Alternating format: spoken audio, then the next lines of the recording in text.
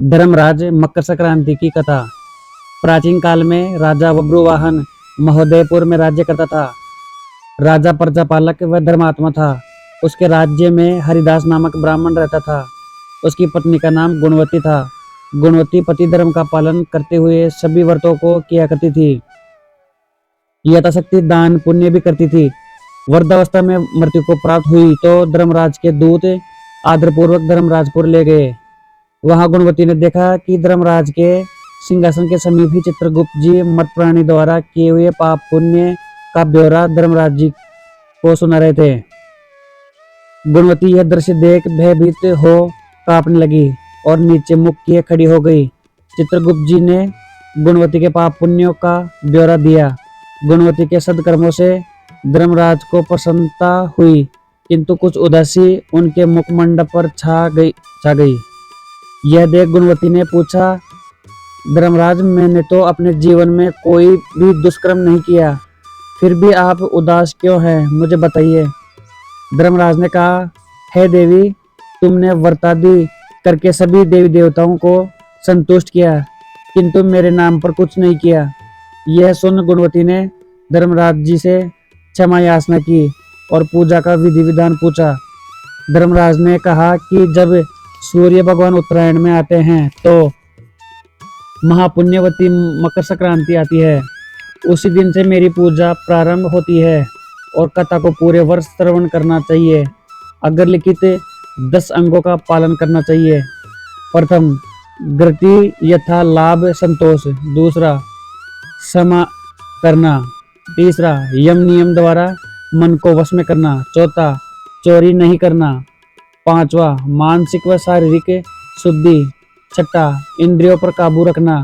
सातवां, बुद्धि की पवित्रता अर्थात बुरे विचार मन में न आने देना। आठवां, शास्त्र विद्या का स्वाध्याय अर्थात पूजा पाठ व्रत और दान पुण्य करना। नौवां, सत्य वचन बोलना व सत्यता का व्यवहार करना। 10वां, क्रोध न करना।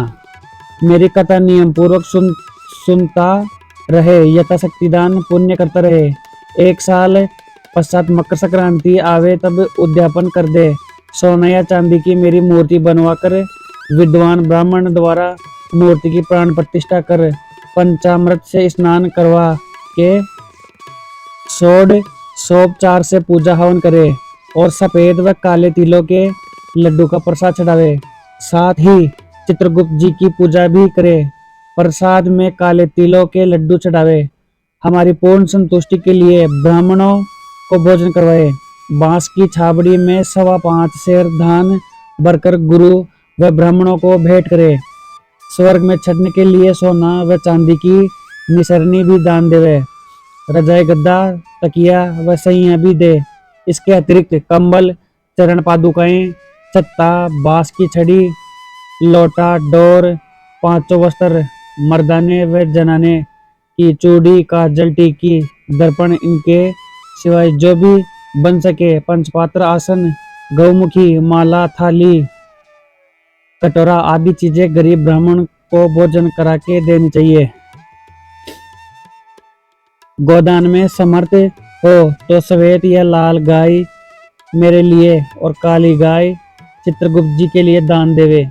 ये वस्तु जनसाधारण के लिए ही है, धनी व्यक्ति अधिक भी दे सकता है।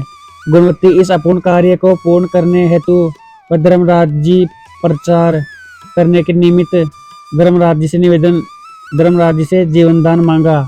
धर्मराज ने प्रार्थना स्वीकार करते हुए उसे जीवन दान दे दिया, जिससे उसके मर शरीर में पुनः प्राणों को संचार हो गया।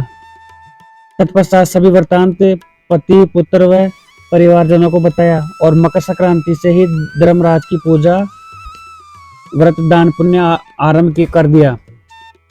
इस प्रकार गुणवती वर्ष भर धर्मराज की कथा सुन वह धर्म के 10 अंगों का पालन कर मृत्यु के बाद जब स्वर्ग में पहुंची तो देवताओं ने उसका बड़ा आदर सत्कार किया। वह स्वर्ग के सभी सुखों का आनंद प्राप्त हुआ। जिस घर में स्त्रियां इस व्रत को करती है उस घर के सभी प्राणी धर्मराज के दरबार में निर्भयता के साथ जाते हैं। उन्हें धर्मराज के दूत कुछ भी कष्ट नहीं देते। इस तरह वे प्राणी सहज ही वैकुंठ गति को प्राप्त हो जाते हैं।